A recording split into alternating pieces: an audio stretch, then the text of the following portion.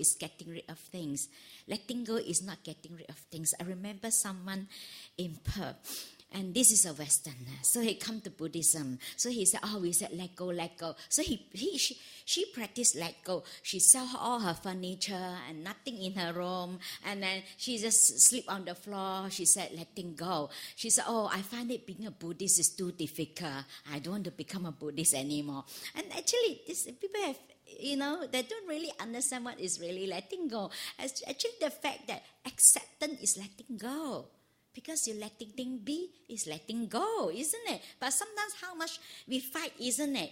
We want it to be other ways, Even that, that is part of life. Even we refuse to get old. Even we refuse to grow old, isn't it? Even we look at the mirror. Who is this old lady is, Then you realize that it's me. That the mind never grow old, the body grow old. But we don't accept that. We lots of we're fighting with that, but this is part of life. Whether you like it or not, it's going to happen. It's no optional. So that is come to the place of acceptance actually is letting go. And then we go talk about the conditioning. So how we've been conditioned, then we develop a certain views, about ourselves, about others. And sometimes can be very solid and concrete. And that is the understanding of the conditioning, why certain people behave in a certain way.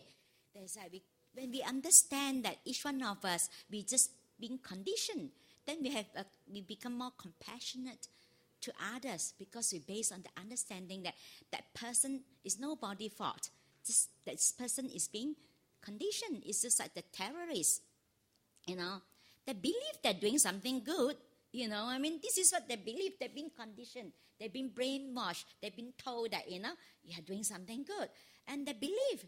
That's like believing is seeing. You believe something, you see it. You can feel it. And we keep, sometimes we reinforce that tendency, actually become stronger and stronger.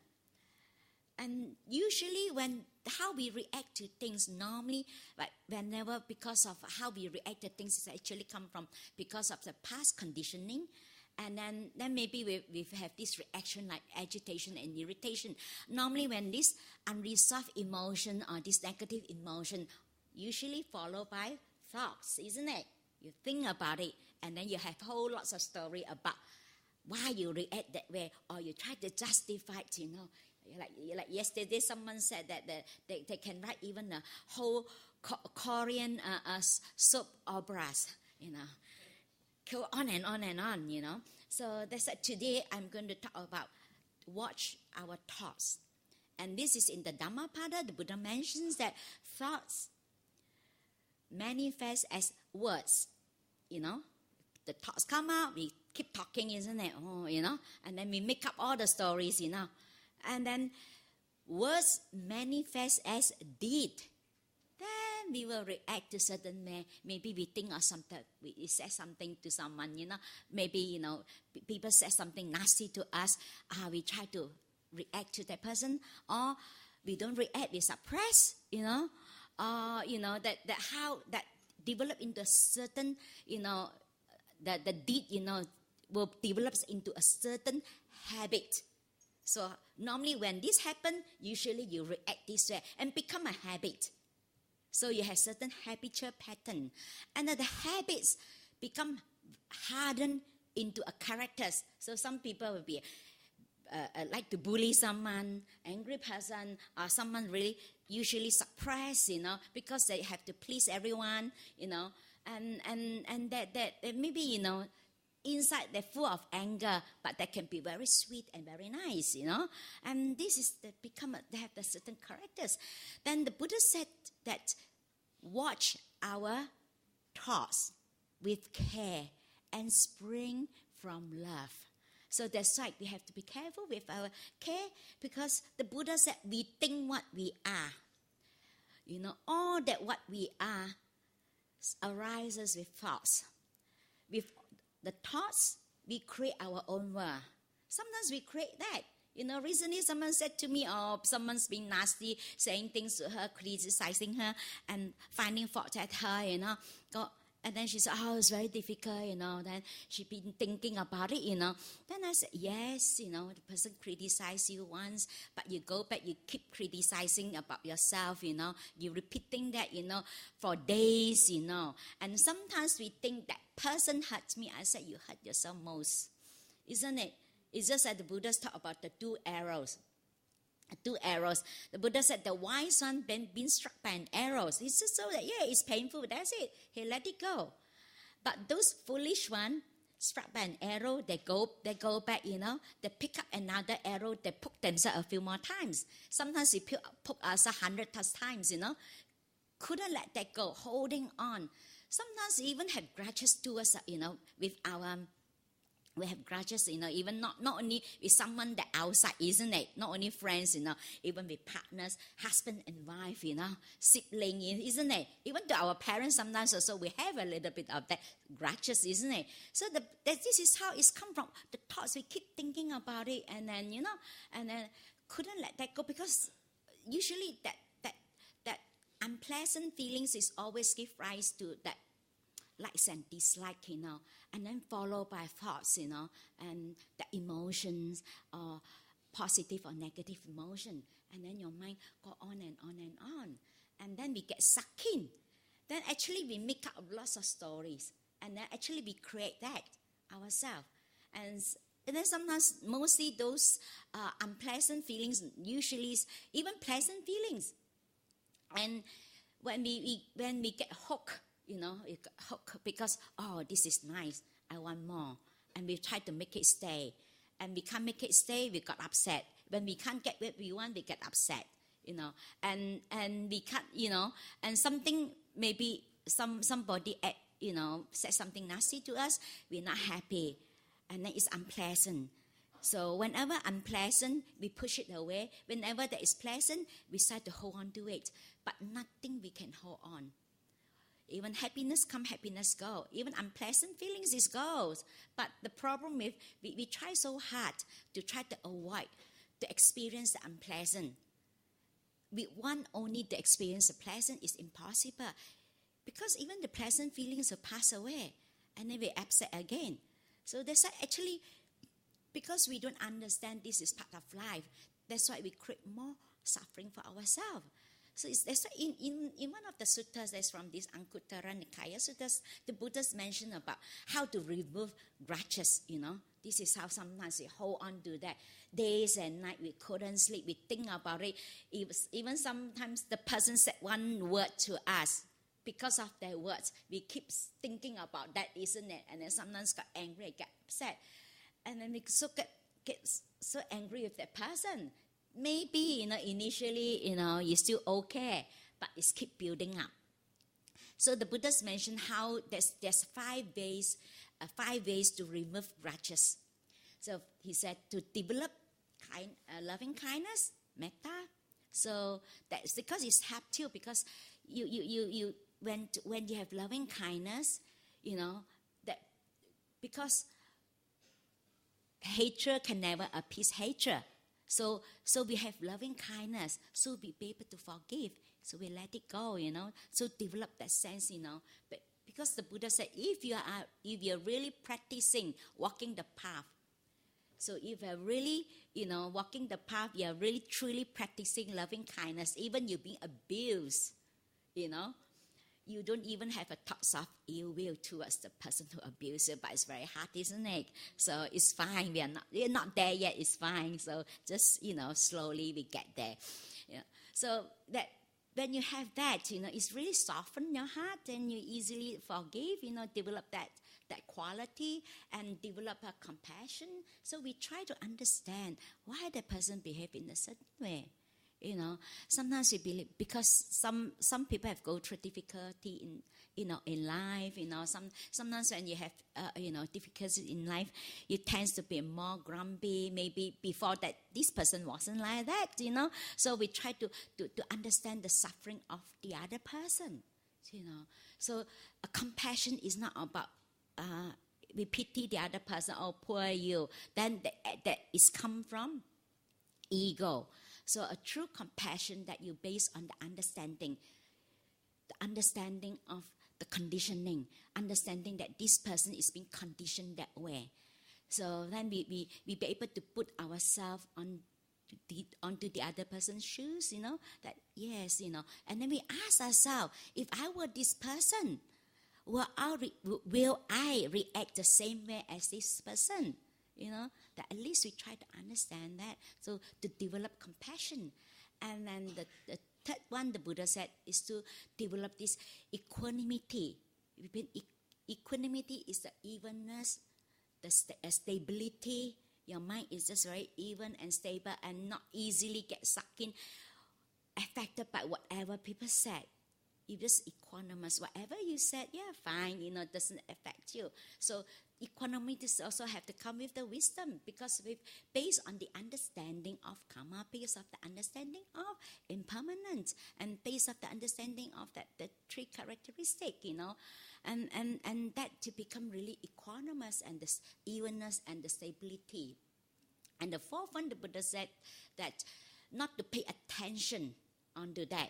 Because sometimes we pay attention onto that. When we pay attention, it's manifest, isn't it? Because we have people of course, in the monastery, you live in a community, it rubs against each other, and then you will say, oh, this person do that, this person said that, Because when you place attention on that, something very small becomes really big, isn't it? Really big, becomes really big. You keep thinking about it, actually you reinforce. Your feelings become stronger and stronger. You get angrier and angrier. You get more upset. So that when you don't pay attention, so you remove your attention on that. You don't manifest that feelings. You don't amplify it. So it's just for example, if we watching a television, when we bitten by a mosquito, you don't even know that you've been bitten by mosquito because you don't pay attention to it. I can guarantee you, when you're in sitting meditations, one little mosquito bit you. I can tell you, you can feel. Isn't it very clear? It's really squeeze into. It's really, you feel the pain, isn't it? And you feel it. It's just like you put under microscope. It's really big. You manifest, you amplify that because you pay attention, you focus on it. So this is one of the way the Buddha said to remove the grudges, so we don't hold on to that. The fourth one, we contemplate on the karma. So one of the chanting that we do usually every Uposatha, that is that we the 10 reflection we reflect on. I'm the owner of my own karma, heir to my karma, abide supported by my karma, related to my karma, whatever karma I shall do, for good or for ill, of that I will be the heir. So we are the one who are responsible, isn't it? So if the persons do nasty thing, actually it's none of our business, isn't it? Just because they said it's me, because our sense of self, our ego, it just, and if we reflect on that, so if we got upset, we have to be responsible for our own anger, isn't it? We develop this unwholesome, negative emotion.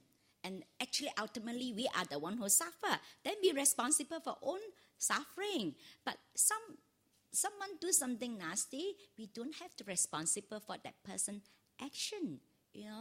That's why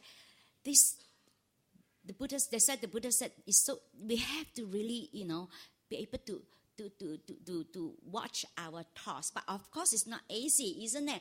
Until you develop the clarity. Sometimes you didn't even know because we just act on like an automatic pilot. Whatever, pops up, we already reacted, impulsively, without thinking, without having a look. Stop and think. Unless, and then we just keep repeating, we have certain habitual pattern, so we keep repeating, and then we keep, reinforce that habitual pattern. And it's very difficult to come out of it. That's why recently someone asked me, he said, I was told by one of the Ajahn that, everything is conditioning. it's not your choice. You think that you're making the choice. Actually, it's not. You've been brainwashed. You just, you think that you're making a choice. No, it's just like, all those, advertisement. You bombarded by all this advertisement. So actually, we've been brainwashed, isn't it? Telling you that this is good for you. You should get one. So then, after a while, you say, yeah, I should need one. Then you think that you are the one who's making the choice. But actually, it's not, isn't it? So if advertisement doesn't work, that all this company will not spend so much money on advertisement. It's really work. We've been conditioned, we've been told, we've been brainwashed. So that's why, then he said, so how am I going to come out of it? How can I change? I said, you can't unless you see it. Isn't it? Unless you see it, unless you be able to see, unless you have the clarity, be able to see, you have certain tendency, underlying tendency, your habitual pattern. You know that how you react, you be able to see. If not, you'll not be able to pick it up. Because it's very subtle. Sometimes you're doing it, unconsciously, subconsciously doing it without knowing. Unless you have developed the clarity, you'll be able to pick that up. And you'll be able to see,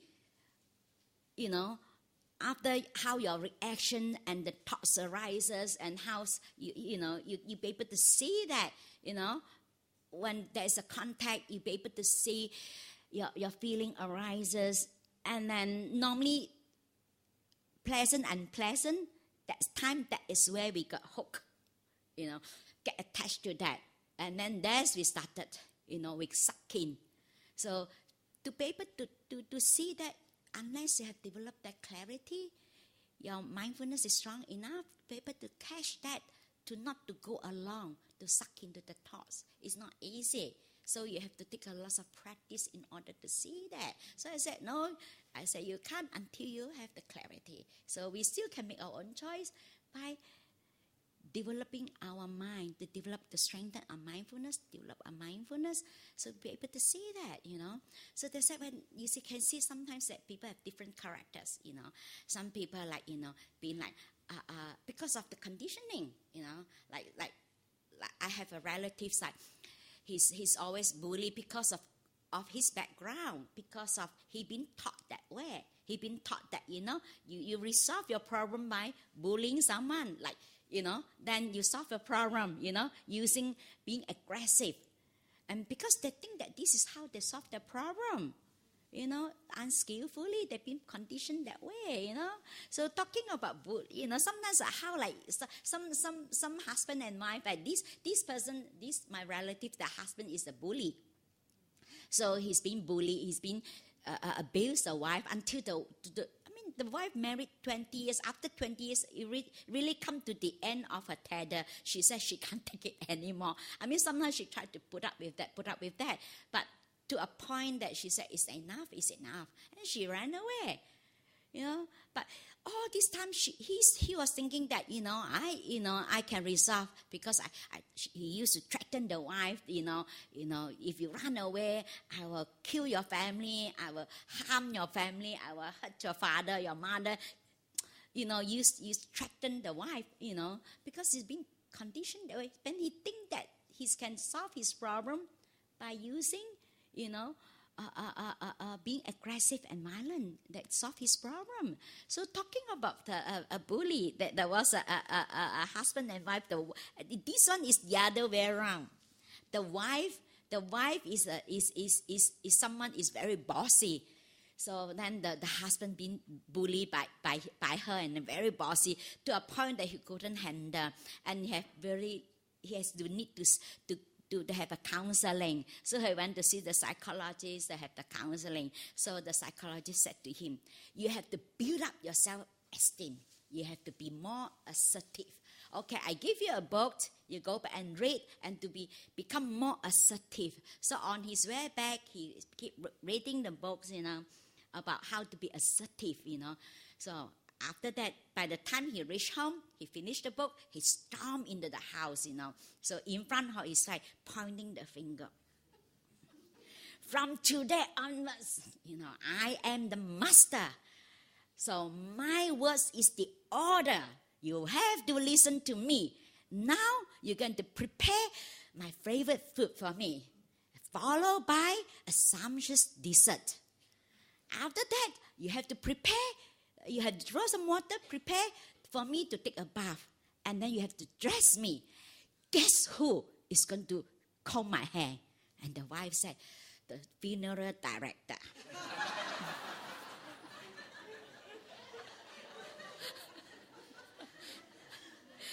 Sometimes it been bully, Sometimes the point is you have enough, isn't it? You think that, oh, this is time I have to, I have to give back, isn't it?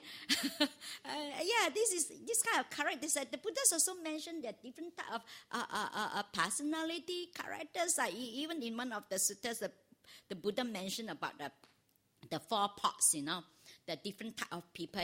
The Buddhists used the simile of 4 kind of pots. He said, there's the first kind of pots, he said, the pot is closed, but inside is empty. And the second type of pots is open and is empty. So the third type of pots, that is, the second type is open and is full. And the third type is they're open and have nothing. It's empty. The fourth one is closed and is full. So he said the first one that is closed and is empty is someone that, actually that maybe, this seems like very sweet, very nice, and very kind. But actually this is what not the person actually is. It's been closed up. It's been covering up, And usually sometimes not all the sweet people, I hope that people get not offended, not all the sweet people. I'm sweet, you didn't say that I'm nasty, no. We just said that some. So some people cover up, because they just want to. Actually, this is also nobody's fault because they've been conditioned. Sometimes they've been conditioned that they have to please the parents, because like I know someone that's really very smart and she's really genius, her piano, whatever she did, she's really, very good. But she has very low self-esteem. She never believed that she's good because her parents keep telling her that she's not good enough. So she had no confidence at all, very low self-esteem. She never believed that. Even you keep telling her, no, you're really good, Then she said she never believed that. She really believed that she's not good enough because she was told since she was young that you're not good enough. So, and she was being conditioned that way. So she believed that, and then they constantly, she tried to please her parents. To get some praise from the parents.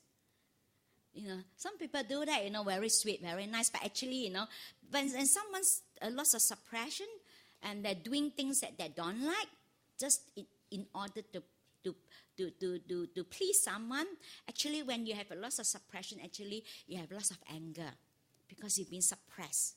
It's not you. So the Buddha says someone, outside might look, wow, the behavior really good, like the monk going to Bindabad, they look so serene and so peaceful and as if they're very knowledgeable, But actually inside is empty. Is not actually this kind of person. And the second type of person is the person is the cover is open and inside is full. That is the person like maybe, we see some people might be quite, looks very rough, but actually they are very kind-hearted. They're very kind-hearted, maybe sometimes you don't know them, they look as if that, you look very fierce, but actually when you come to know that person, the person is very kind-hearted, very nice person, because the apparently the person might not look, that it's just like sometimes the apple, sometimes the person looks really good, but inside is very tasty, sometimes at least this person is honest, he just some people just don't give you the impression that that they're so good, So and then the third one, the Buddha said that this person like is open and it's empty. So that means that this person, like you see what you get.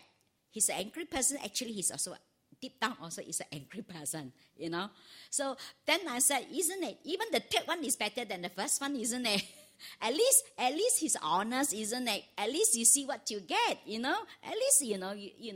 That's why we used to say it's better than the devil that you know that the devil that you don't know. At least you know this person is like that, rather than someone so sweet like the first kind, that you stab you at the back, don't matter how many times, And this kind of, it's come from our upbringing, the conditioning, some habit pattern, then we develop into certain characters, So of course the fourth one is the best one, coward and fool. Someone like beautiful from the outside and beautiful inside.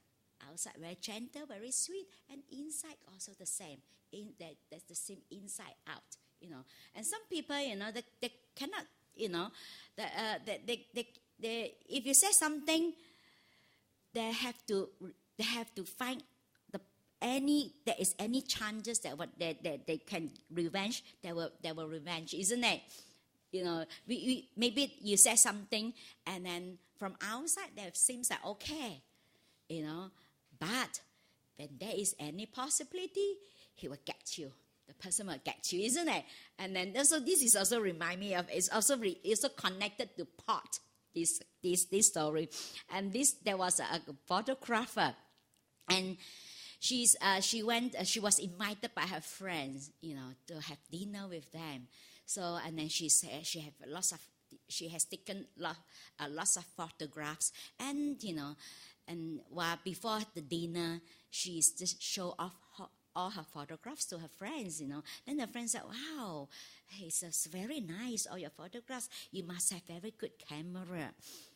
And inside she was really reacting. She was thinking that, oh, it's not my skill. It's my camera is good, And she couldn't take it. And inside she sits again and again thinking about it, and inside filming. Thinking of how to give back, how to say something back, because she was unhappy. Because you said my photos looks nice because of the camera is good. It's not because of my skill, because I'm a photographer. It's because of my skill. And, so during, but having the dinner, her mind go on and on and on. Couldn't let it go. So eventually they finished their dinner. And then, above to make a move. And then she said, oh, thank you so much that, the food is really delicious. You must have a very good pot.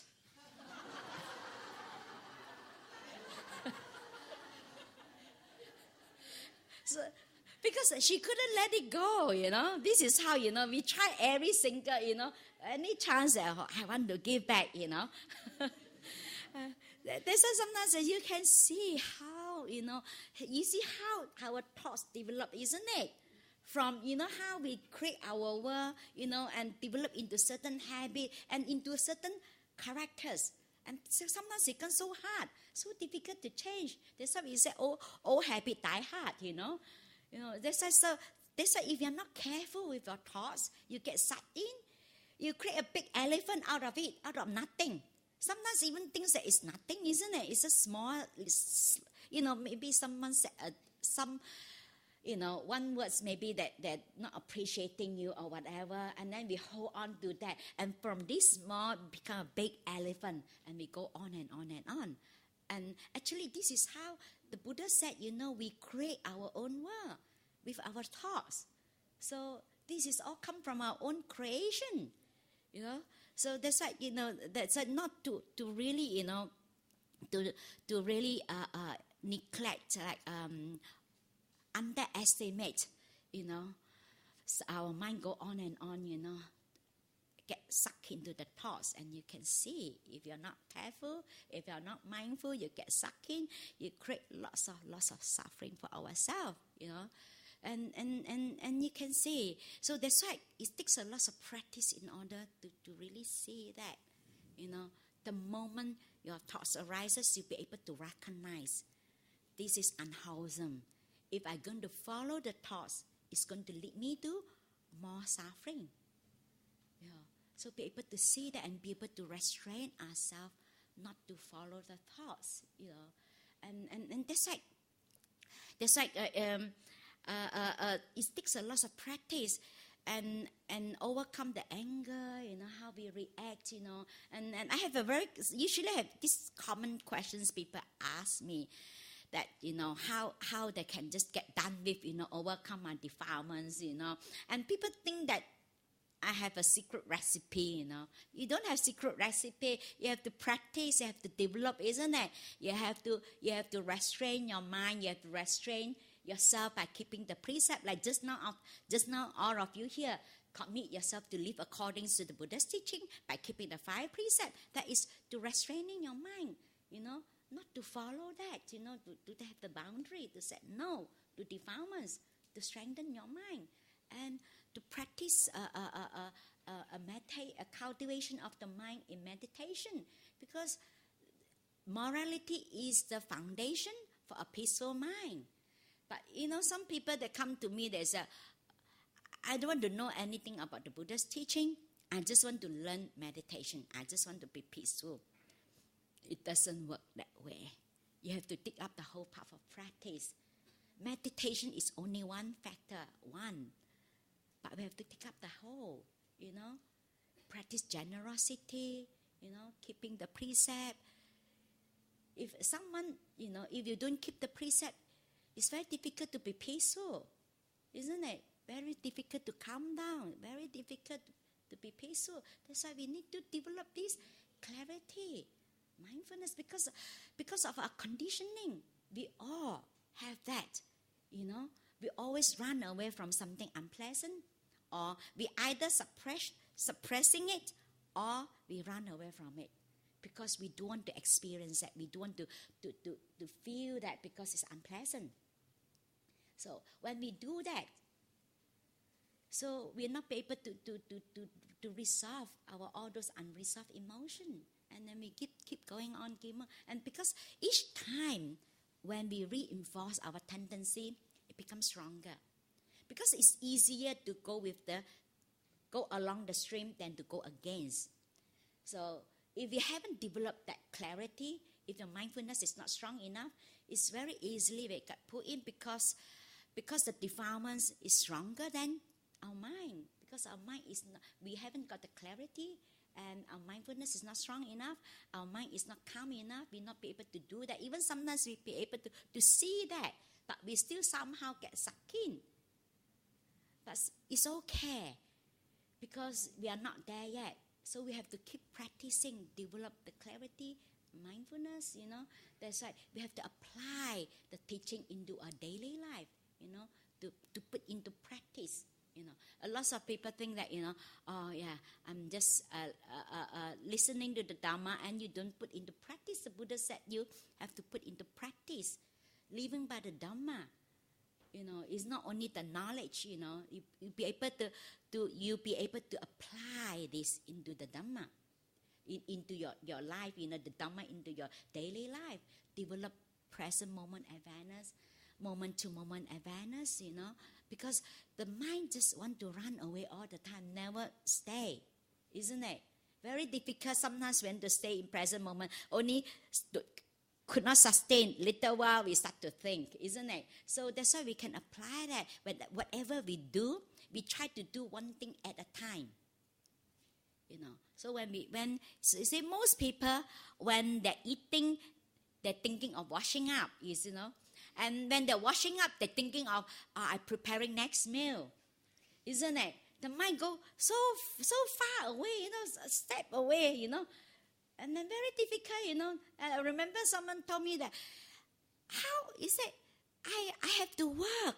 You see, I have to earn my living. I have to do planning, and it's difficult to live in present moment awareness. I said, to be present. I said, there is no contradiction. I said, you can be really fully mindfully planning, isn't it? Doing what you need to do. But most people, they always jump ahead, Whenever they plan, then they don't leave it alone. You know, of course, I said you need to plan. You cannot say I live in present moment awareness. I don't care. You know, I have someone, you know, one of our devotees, and she was really generous, and she just have no saving, and her husband also have enough, and just let her be. She's, you know, and sometimes like a stove not working, she don't have the money to repair the stove, and then even she when she was sick and have to call the ambulance, she didn't even have a single cent. So we tried to tell her, you have to keep some money, you know. And she said, oh, I don't worry about my future. I living in present. It's a present moment. Sometimes people just, this is not what present moment, you know, be present mean, you know. You couldn't care less. It's not letting go, you know. I said, no. I said, you can plan, you know. You try to go to, want to go to Thailand and just turns out at the airport. Whether you can go to Thailand just turns out at the airport. You can't, isn't it? You have to book ticket, you have to plan, you know. But most people, after planning what they do, they will start, you know, because they're very controlling, they make sure that things happen according to his plan. Make sure that, you know, things that is always go according to his plan. So he start to have all sorts of, you know, start off with plan A, then have plan B. So the plan B, if plan A doesn't work, I got plan B. Plan B doesn't work, I got plan C. Plan C doesn't work, plan D. Go on and on and on from A to Z. Never peaceful, isn't it? No moment, you know, never finish. And then some people said to me, oh, I'm so busy, you know, when I finish, when I have time, I can meditate. If you wait until you have time to meditate, that time is you rest in peace, you know. It's never finished, isn't it? I told this person, I said, your work can finish, you will lose your job, I said. Who want to employ you? You have no job to do, you know. I said, don't wait until you finish your job. You never finish, you know. That's why. What is the difference between complete and finish? Is there any different? Yes, different, isn't it? Complete is just like, you marry a perfect ideal husband or wife, you know. You find your soulmate and you have a happy family, so your life is complete. So if you married to someone very nasty, very bossy, you are finished. So it's never finished, isn't it? Okay. And so we don't know. Actually, it's good that we reflect that, you know. We don't even know whether we stay alive tomorrow, you know. So living pleasant, because what we are now is what we have been. What we will be is what we are now. So our future is now. So you don't wait until you finish your job. You know, can never finish, you find time. Even I'm busy, but I always have time to meditate. Like for example, afternoon always until the latest by 3, I stop. I don't go further because I know that my job is not going to finish. So I just put it aside, I go and meditate. You stop. Sometimes actually you become more efficient because if you keep pushing yourself, you get stressed out, you know. And actually, you actually less effective, you know. You try to, you know, sometimes you try to do so many things at once, you know. And then we got 10 jobs not really finished, not really complete. I don't say I finished now. So not really complete, you know. And rather than, you know, you focus, you one thing at a time, you finish one job and one after another, and you have one, at least you have a few complete jobs. Actually, it's more efficient, and then you don't feel stressed out. Actually, whatever you need to do right in front of you, this is also, you can apply this in your daily life.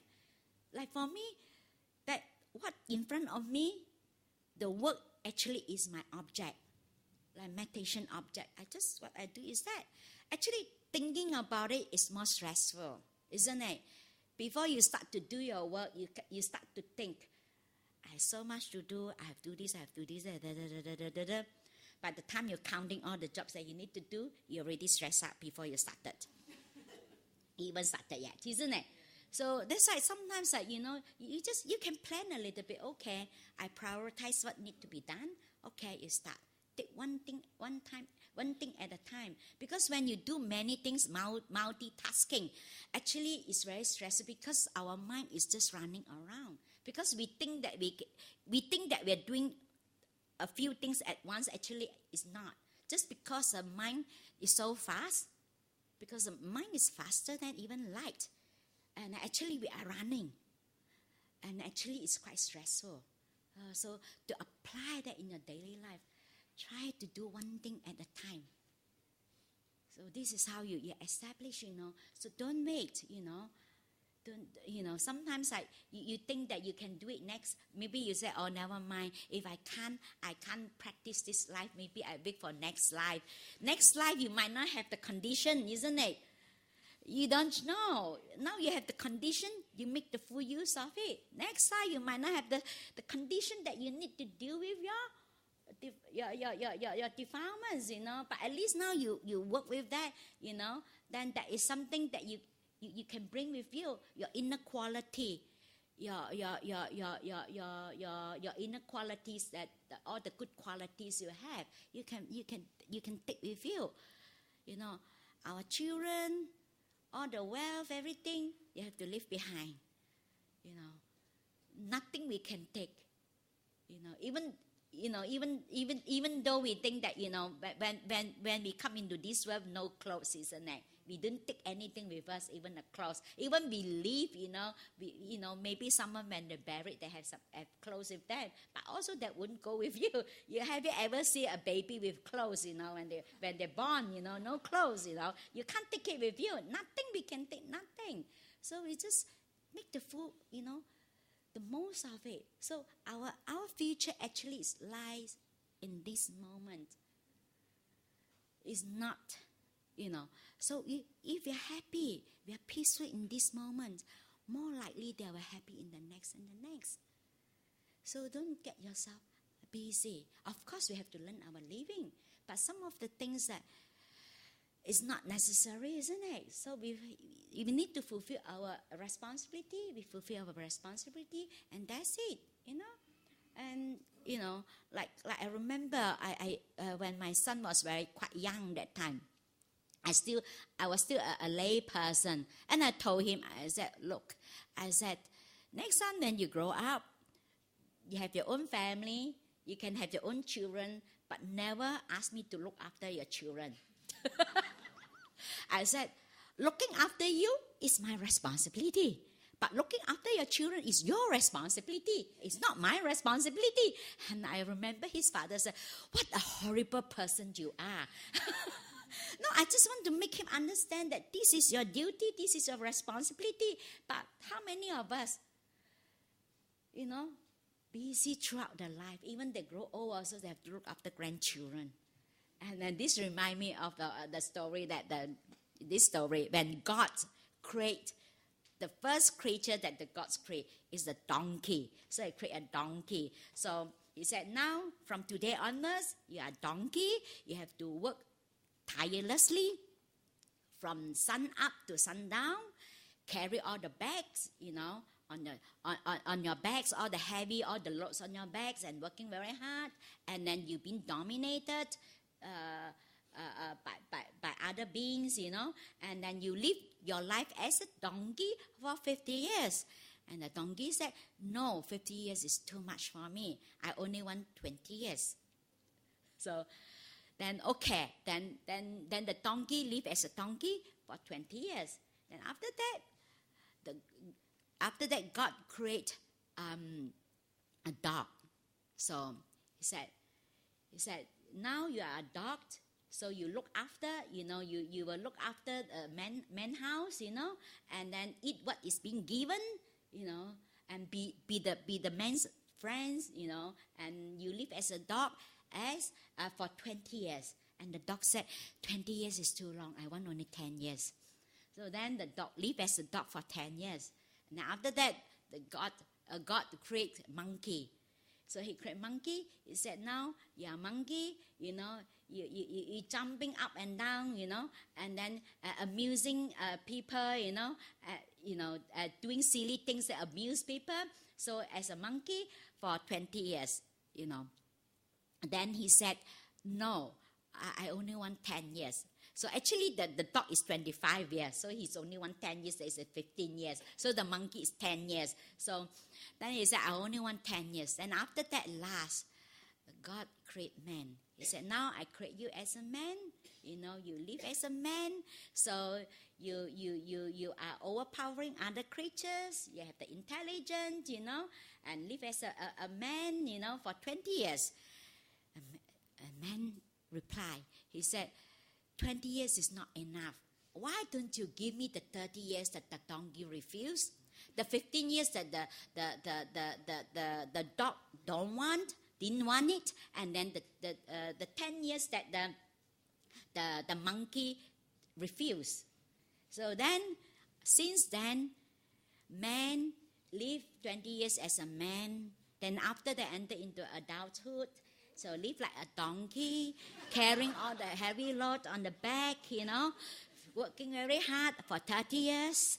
Then after when then after that, when the children grow up, so they will look after the house, eat what is being given, and after that they have another 10 years, then the children have their grandchildren, so they will go from one house to a house, looking after the grandchildren, children doing silly things to amuse their grandchildren. Sometimes this is how we just wasted our whole life, isn't it?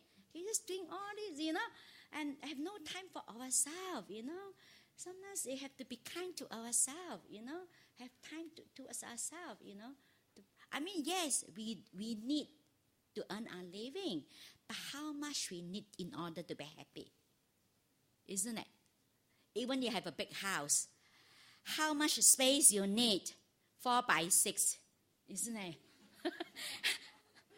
The most, isn't it? You can't, and how much food you can eat, isn't it? You have the, whole table of food, that much you can eat, and it's because of our one thing. The one thing is no end, never end, unlimited, just go on and on. So that's why sometimes it's not, actually we all have been doing a lot of good karma in the past in order to be here, And some places that even don't have the chance to even hear the words of Buddha, let alone to listen to the Dhamma.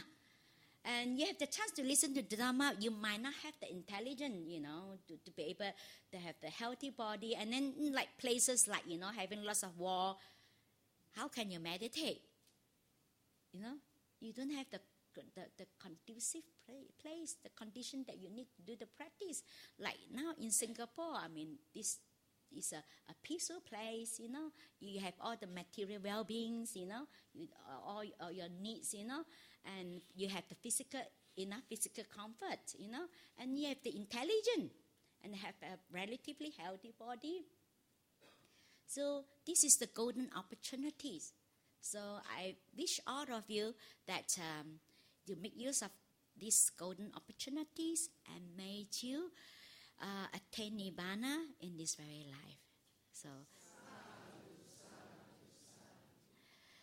any Q&A? Thank you, Venerable.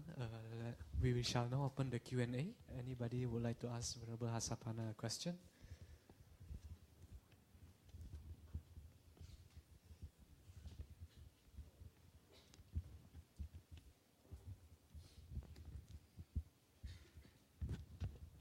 Thank you, Venerable.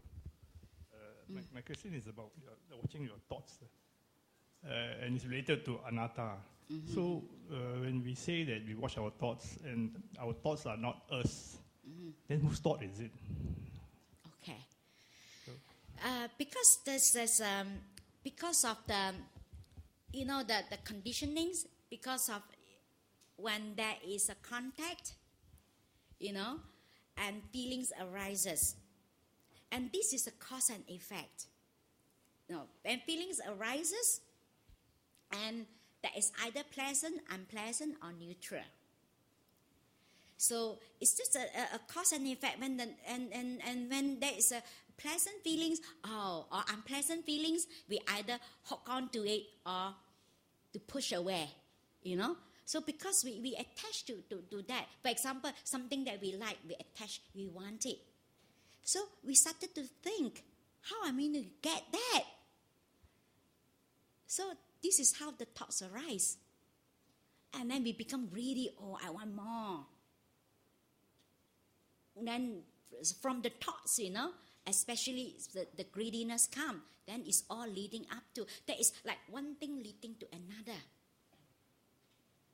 This is a cause and effect.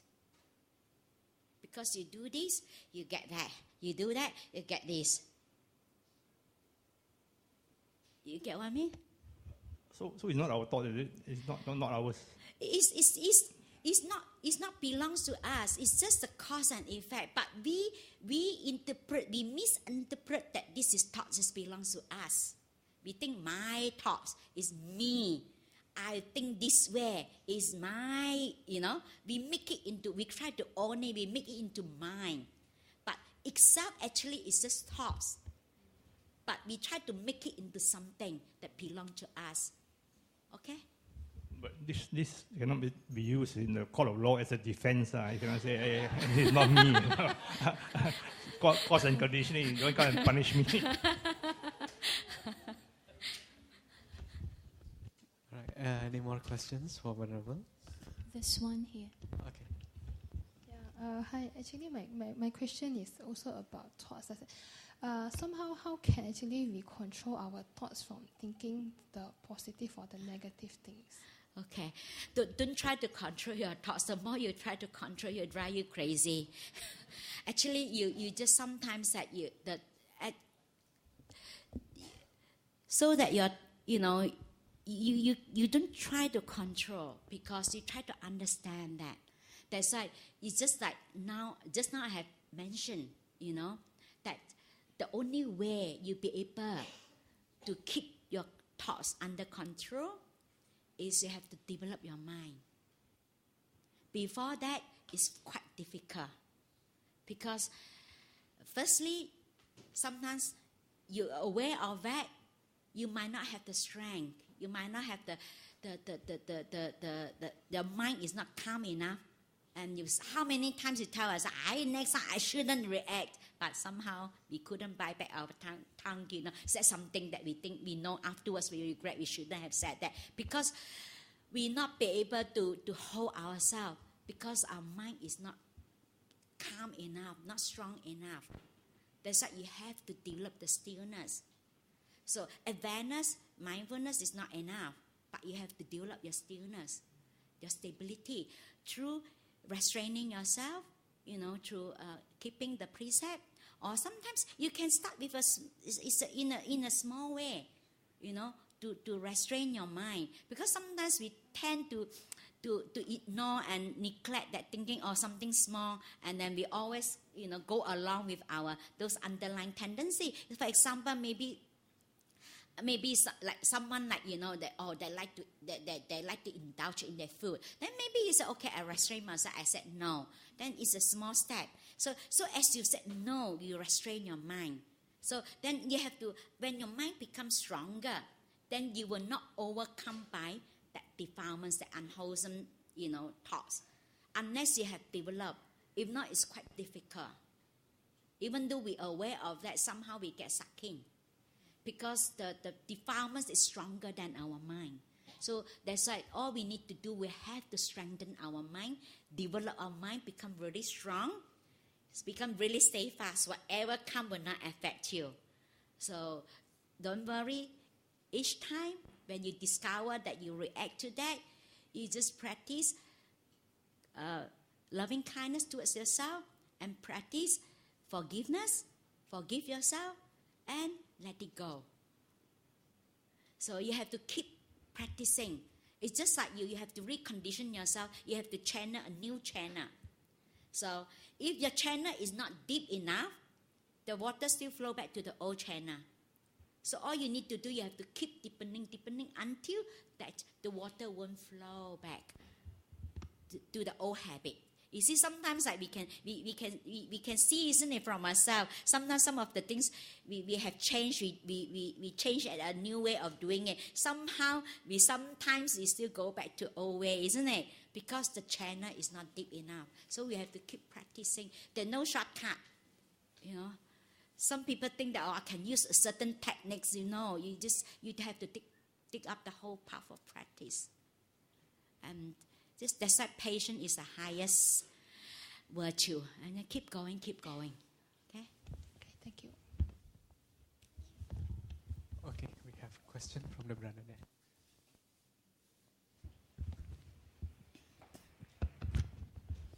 Venerable, I'd like to query, when we read Buddhist literature, there is this term karma, K-A-M-M-A, which is sometimes interpreted as volition, and then there's karma, K-A-R-M-A. Are these two the same thing, and are they different? There's a Pali and Sanskrit. Actually, the same meaning. So karma, K-A-R-M-A, is a Sanskrit. Volition, is it? Yeah. It's the same. Okay. And K-A-M-M-A actually is a Pali. Okay, thank you very much. All right, maybe last two questions.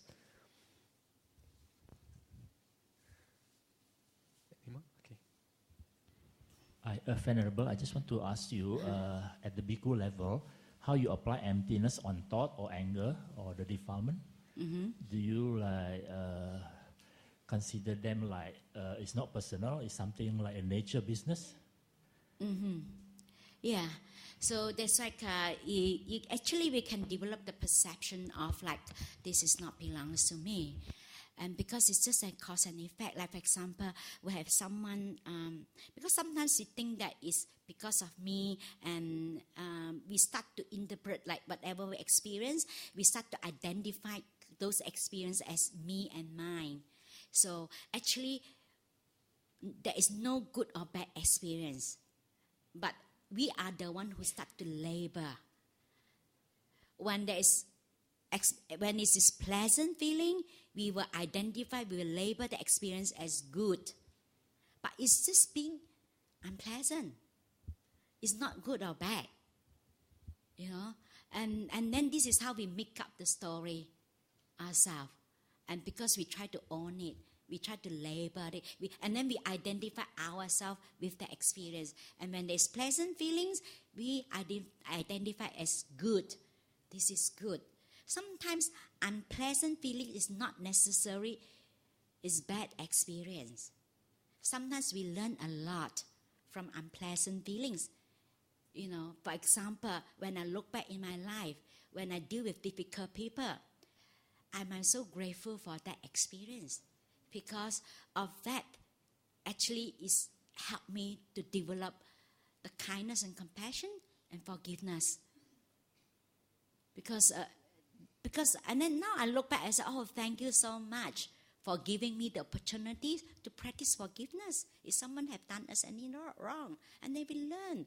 Every experience is an opportunity to learn and to grow. This is because our attachment, our sense of self. If we don't have sense of self, we are not here. So that's why we just, because of part of being, you know, reborn in the samsara, so it's a whole package. Then we naturally, you know, whatever we experience, we try to, we attach to that as this is me and mine, but actually it's not, you know. Even like, for example, sometimes people depressed. Then they identify themselves, I've been depressed. Actually, depression come and go, it won't stay. But the problem is, we think that it's a problem and we make it a problem. You know, everything won't stay. But we start to identify that. Like for example, we have someone have this panicking attack, you know. She's had these anxieties, you know. And then after a while, she practiced, and she told me that actually sometimes she realized that she's looking for the anxieties because it's become a habit. You know, and then someone, you know, if you used to depress, you don't depress, you feel that it's not me anymore, you know. And somehow, sometimes we think that, oh, I don't know why this thought come to me. Actually, we are the one who looking for it. It's just an addiction. Like yesterday, if someone who come for my talks, that we talk about the idiosyncrasies, how people have a certain habitual pattern, is, you know, how people get in the unskillful way of relieve the mental suffering. Then they do certain that they have this obsessive compulsive disorder, you know, and then they use this way to relieve the mental pain. And then you get addicted to that. If you don't do it, you feel very agitated and irritated. It's just like a drug addict. Sometimes it's not only you get addicted to drugs, sometimes even with thoughts also you get addicted. Even, you know, we have someone, you know, that, you know, like just one of our devotees, her mother, she was being married when she was 16 from Italy to Australia. And she was only 16 that time. Her mom feel really bad that she married off her her daughter, still young, 16 years old. And she carried that with her, and she really become depressed. Of course, this lady, initially when she just got married, she really don't like her husband. But after that, because her husband is a very nice guy, and after that, she started to, you know, really likes her husband, and they have a very good marriage relationship, and also they have the grandchildren, and then she's really happy. Like, you know, even initially wasn't that she willing to marry, but because was being married, you know, then her mother carried that with her, depressed. Think that she has done something, you know, and then she feel depressed. And this lady, our devotees, and bring her to Australia and show her that, look, I live a happy life. You don't have to carry with you, that you don't have to feel depressed.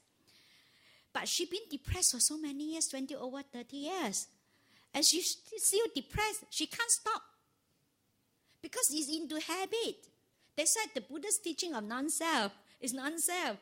You're just into a default setting, and try to come out of it. It's just like you're addicted to something that you have to withdraw. It's very difficult to overcome that, you know.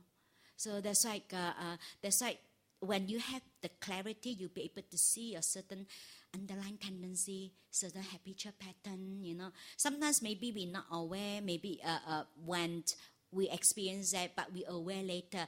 But still okay. Like the Buddha said, rather than we don't know. Some people don't even know what's happening. So like the Buddha said, you know, if a fool knows that he's a fool, he's still wise to the extent.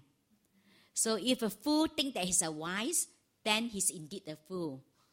So that's why sometimes it's okay when someone tell me that, oh, you know, I have this defilement, I have so much anger, blah, blah, blah. So I said, okay. So I said, at least you're aware of that. At least you try to work with it. I said, it's already a big step. I said, most people don't even know, isn't it? And they don't know why they suffer. You know, because they don't know. I said, it's already a big step. But if you come and tell me that, oh, I'm perfect, I'm okay, I have no defilements, I'm really worried, I said. Isn't it? So yeah, it's just because of it, we take it, because of the conditioning. You know, because of the conditioning that the sense of self, you know, we straight away we will latch on to that. This is me, this is mine. It's just a habit. So it takes a long time, you know, to come out of it, you know, to work with that. Okay. So any questions or comments? Any more question? One last, probably. Oh.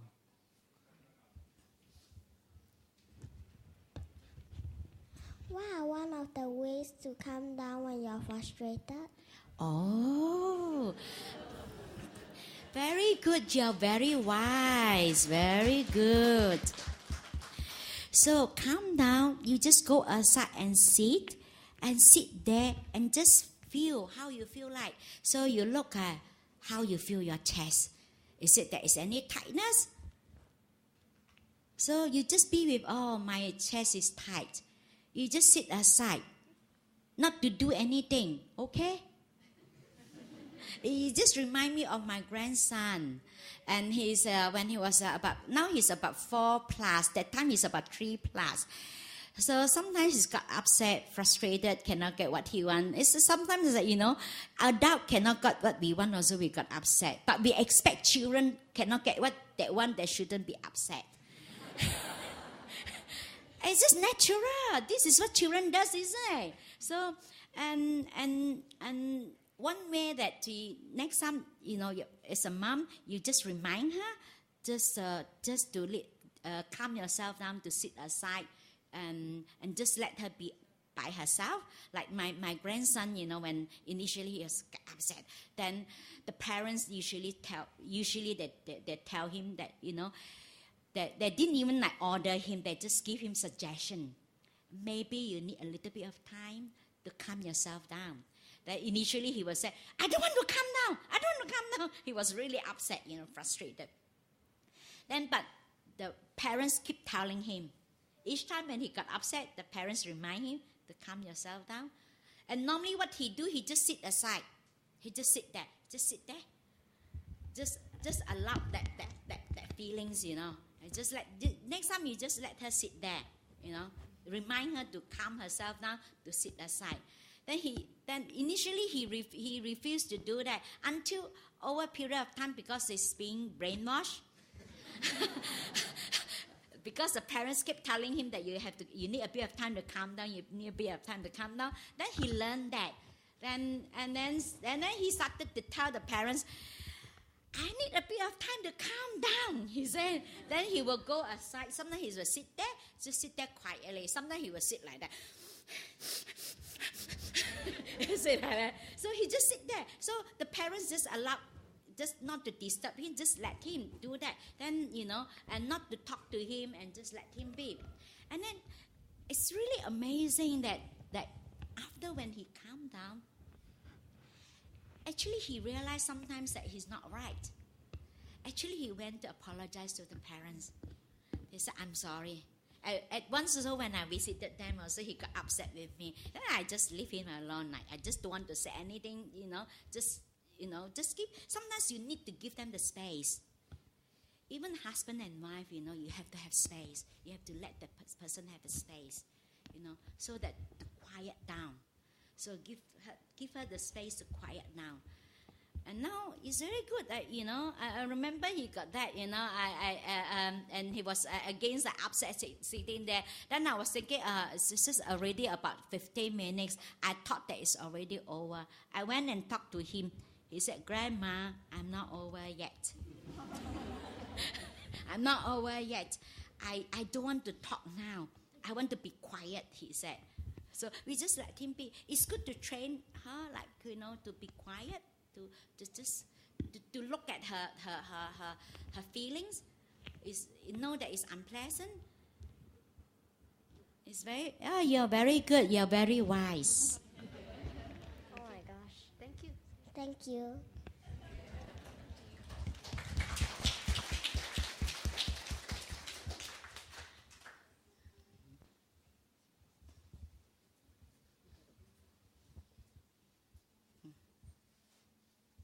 Right, thank you, Venerable, for the sharing of the Dharma with all of us this morning. Okay. And may we all develop the morality as well as the wisdom and compassion until the final Nibbana. Sadhu, sadhu, sadhu.